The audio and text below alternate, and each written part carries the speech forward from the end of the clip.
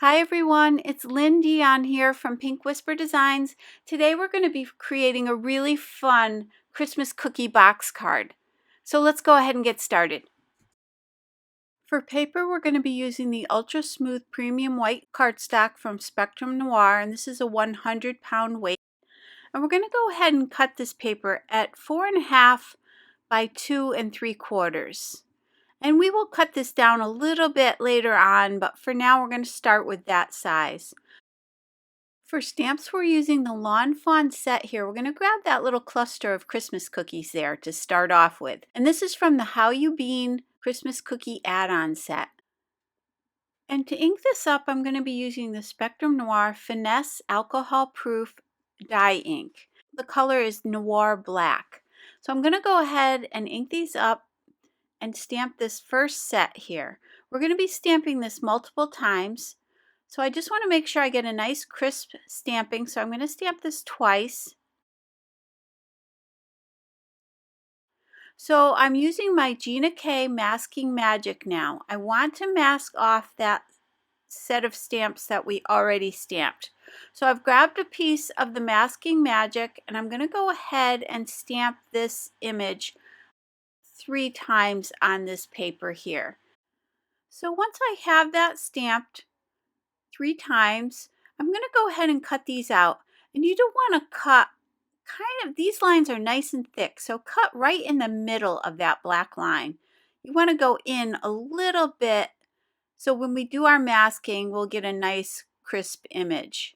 So I'm going to take that piece that we had already stamped. This is the cardstock that we stamped previously. I'm going to remove the backing from that mask, and that's going to leave that sticky back. And this will just temporarily cover this while we do the rest of our stamping. So I'm going to go ahead here and decide where I want to stamp this image again. I'm going to go ahead and ink that up. And then with that mask in place, I can stamp right over the top of that first one that we stamped. So I'm going to leave that mask there and I'm going to put another one down so that I can continue to fill up this entire panel with all of these little Christmas cookies.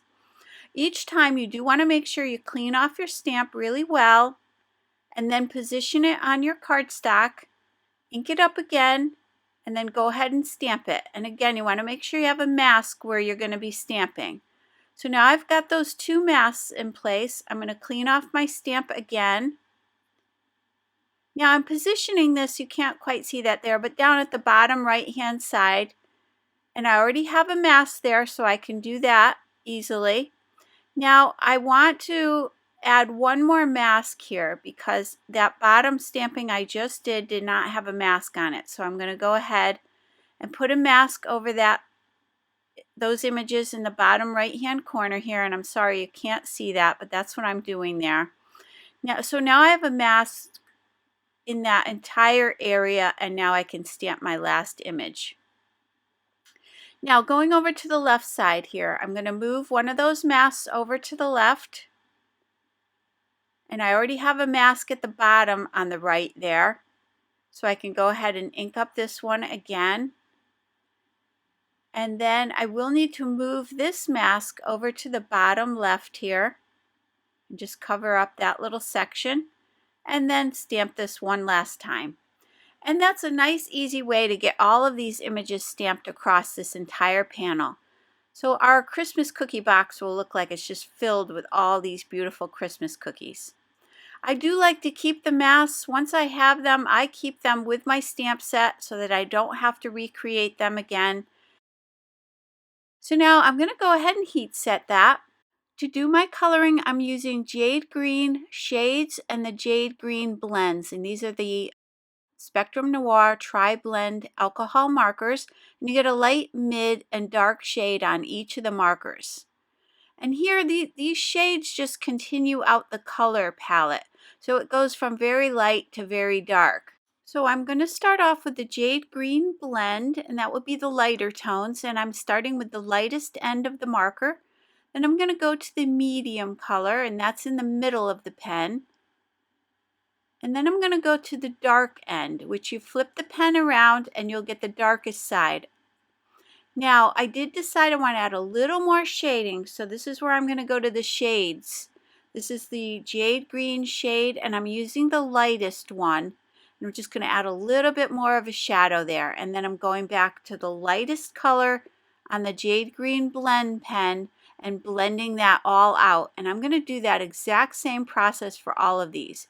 Here I'm using the dark red blend and the dark red shades. And again, the shades are the darker tones, and you can see that there. So these markers give us DR1 all the way up to DR7 now. So I'm going to do the same process again here, starting off with my dark red blend, and I'm using the lightest one from this, just filling that in, and then I'm going to the medium color. And then I'm flipping the pen around and grabbing that darkest color. And then for a little bit more of a shadow, I'm going to go to the dark red shades pen and take that lightest one and just kind of go right around the edges there. Then going back to the dark red blend with the lightest color, I'm going to blend that out. So this is the light yellow blend. Now for this one, I don't have the shades. Those have not come out yet. I'm hoping that they do eventually come out. So for this one, I'm just going to simply use this one pen, going from light, medium to dark, and then back to the light to blend it out. And we'll still get a nice blending here as well. And then for this last one, for the little bells, I'm going to use the blue turquoise blend and the shades. And this is a really pretty blue color here. So I'm going to do all the little bells in these tones. Again, doing it the same exact way. So I'll finish coloring in all of the rest of these off camera and keeping everything the same color that you see here. So it did take a little while to color that in, but I enjoy that process. So just take your time and color those in.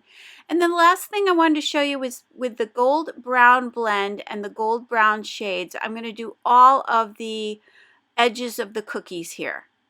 And just kind of do this randomly, just adding a little bit of shading here and there, just adding some dark and light areas, kind of the way cookies would come out of the oven. So I'm not being real fussy here at all. And again, I'm going to complete that off camera. Now, I do want to add little faces to my gingerbread men, and that stamp set gives us 3 different little faces that we can use. I'm going to grab this little smiley face here, and I'm going to add that to all of my little gingerbread men.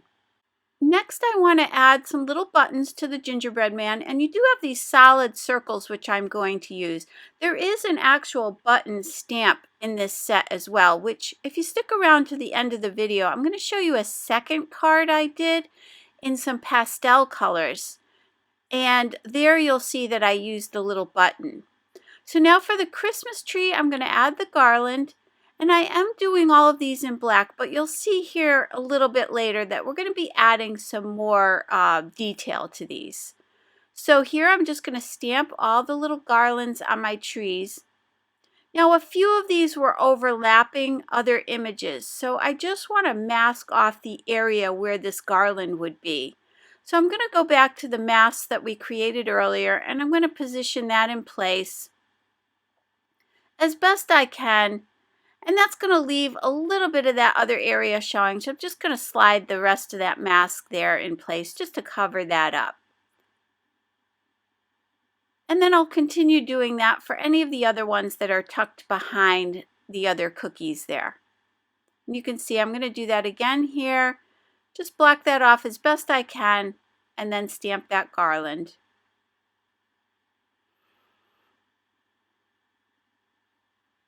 Now, what I want to do now is add some little sprinkles to the cookies. So again, I'm just going to tuck these in here and there. And you can mask an area off if you need to, the same way we did before. So I went ahead and filled in all of that area. Now with my Uniball Signo white gel pen, I'm going to add a little bit of frosting to those little garlands. And I'm adding a little touch of white to each of those sprinkles. And then a little reflection of white on all of the little buttons.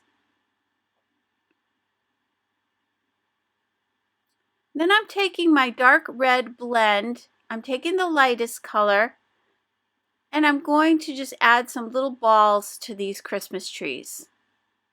So I'm just making some little dots here on the trees, just to bring a little bit more of that red in, and I'm adding some little smaller dots to the star cookies to add to the little sprinkles. And then going back to the white gel pen, I'm going to add a little bit of frosting to the arms and legs of my little gingerbread men here. And you can see that up close. So you do get a lot of detail. This set of images has a lot of little pieces to it. So now I'm going to grab that cookie from that same set that has the little bite out of it. I'm going to stamp it again on some Spectrum Noir paper. And then I just want to mask off where the bite is in order to put my garland on the tree. So I'm just going to use any little piece of scrap paper here to mask that off. Because when we cut it out, it is going to have a white edge all the way around, and we don't want that garland to go over the edge here. So now I'm going to color it in and tape this down, my dies down with a little bit of purple tape and run it through my Sizzix Sidekick machine. Now for paper here, I'm going to be using this beautiful pattern paper. This is the Let It Shine 6x6 Petite paper pack. So here we want to create a little cookie box for our card. So I'm using my We Are Memory Keepers envelope punch board. And this paper again measures 6x6, and that's exactly what we need to create this. So I'm going to line this up at the top there at 2 3/8 inch. I'm going to punch and then score. And then I'm going to slide that paper over to the left and score it again at 2 5/8 inch. And these are the only two numbers you need to remember. I'm going to punch again and score. Now you don't need any more measurements after this point. What you want to do now is follow those score lines you've already created, and you can see the first one there and the second one. So I'm going to line it up with that first one. I'm lining up that little pointer right at the top there with that score line, and I'm going to punch and score. I'm sliding over to that next score line. I'm just sliding it over to the left to find that next score line. I'm going to punch and score again. I'm going to turn my paper and I'm going to line it up, that little pointer again with the first score line. Punch. I'm going to go ahead and punch and then score. Slide my paper to the left and find that next score line.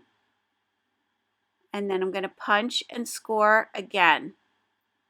Now I'm going to turn my paper and do this one more time, finding that first score line. I'm going to punch and score.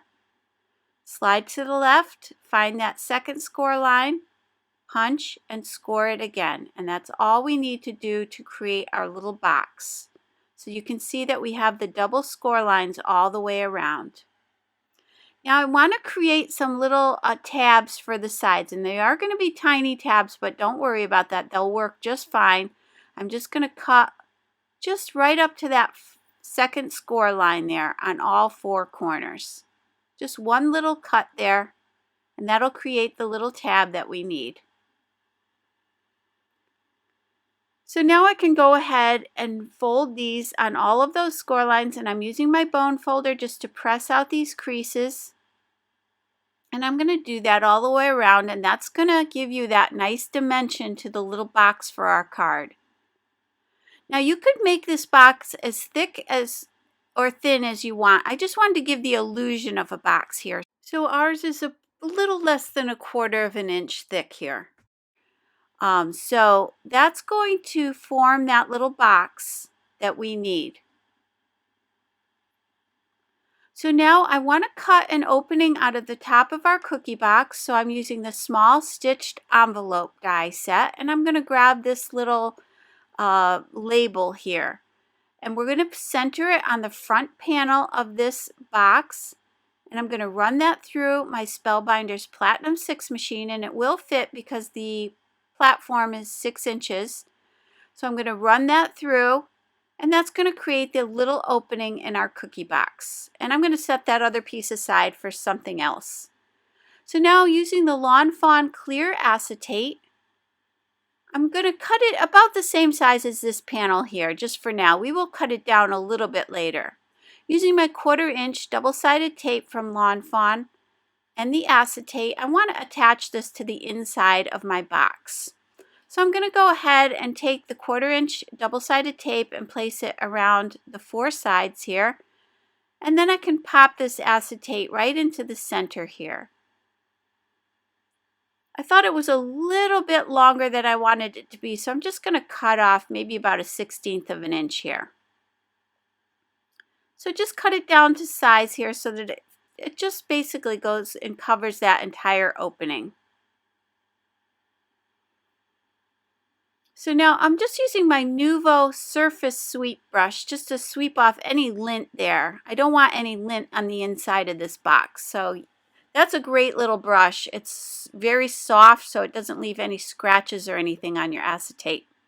So I'm going to double up some Scotch foam mounting tape here. I'm just doubling it up. And that's going to give us some dimension on the inside of the box, basically so the box won't collapse on itself when it goes through the mail. Just going to hold things upright here. So I'm just going to place 4 chunks in each of the 4 corners. Now you could certainly go all the way around this if you wanted to. I know I've said this before, but I'm a little bit frugal with my tape, so I'm just going to use the 4 corners, and then I'll add a few more here in a minute, just enough to make sure that it doesn't collapse.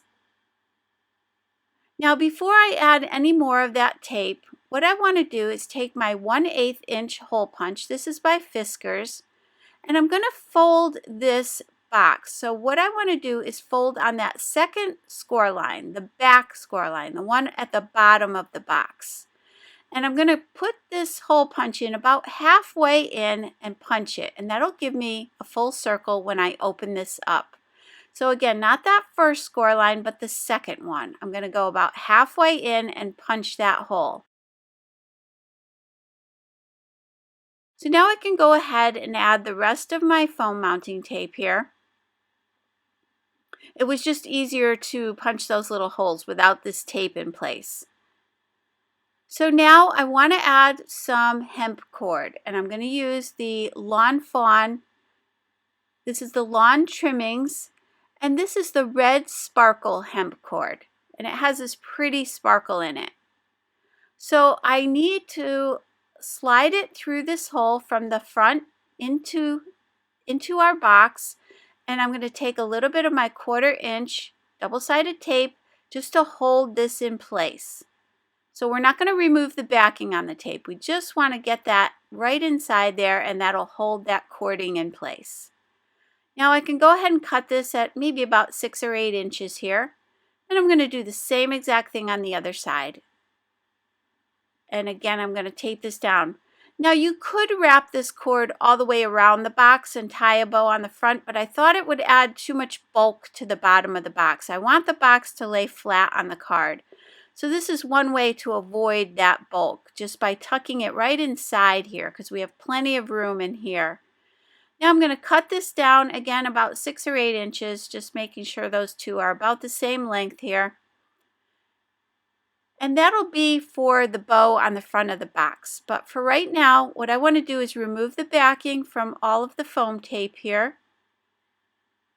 And I'm going to place that panel with all of our cookies right inside this box. Now again, I did cut this down just a little bit more. I thought it was just a little too long. So again, I'm cutting off about 1/8 of an inch there. And I'm going to put this right in place. And you can see that fits nicely inside. Again, I'm just using my Surface Sweep brush just to clean off that lint. And now I'm just going to add some tape. I want to tuck in those little tabs on all 4 corners. And again, they are tiny, but they will tuck right into place there. And then I'm going to bring up the 2 sides.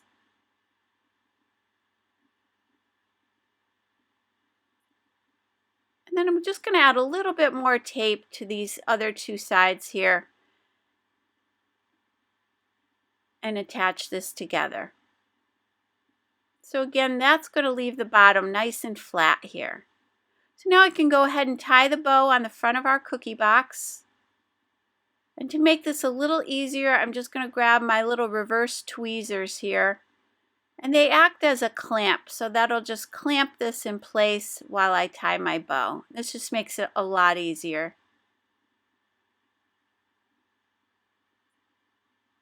So I've tied the bow and I'm just going to snip off the ends. And that completes the little cookie box. Now I want to add a cookie, that cookie on the front that has a little bite out of it. So I'm going to pop this up, just adding a little bit more of that Scotch foam mounting tape.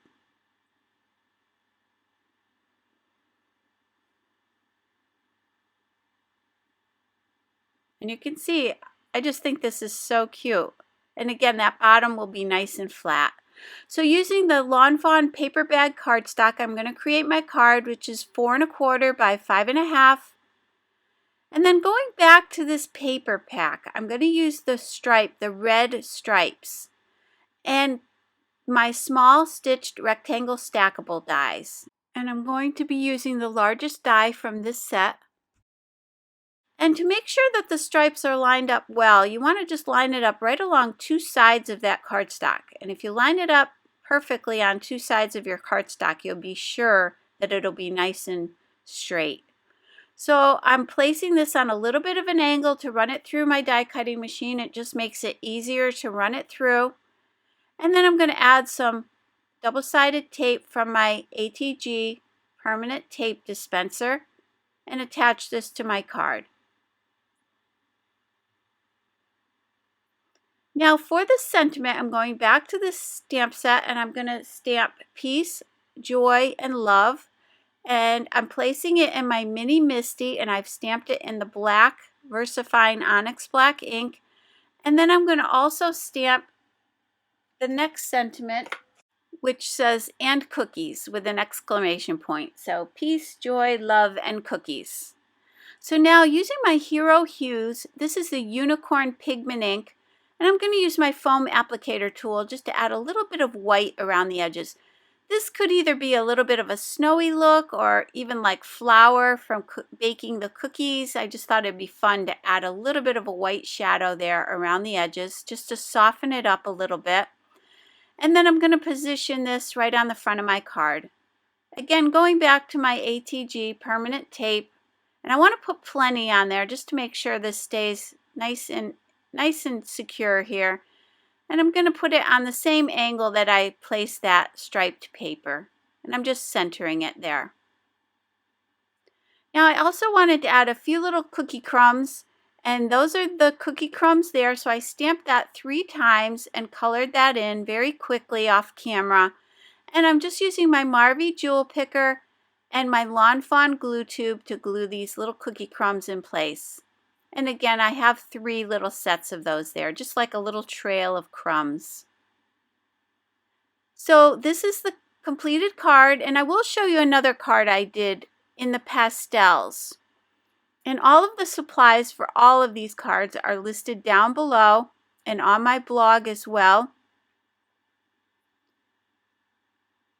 So this is the red and green card, but here is the pink pastel card that I created.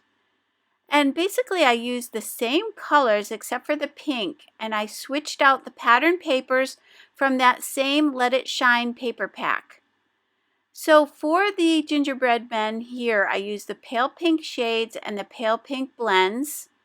Everything else was the same colors. For the little sprinkles, I used the charming pink VersaFine Claire ink pad. To stamp the sentiment, I used the VersaFine Claire Pine Cone, which is a really nice brown color. And then I used the pretty in pink sparkle hemp cord to tie the little bow on the front of the box. So I hope you enjoyed today's video. If you did, please hit the like button and subscribe. And don't forget to visit me at pinkwhisperdesigns.com. As always, thank you so much and have a great day. Bye-bye.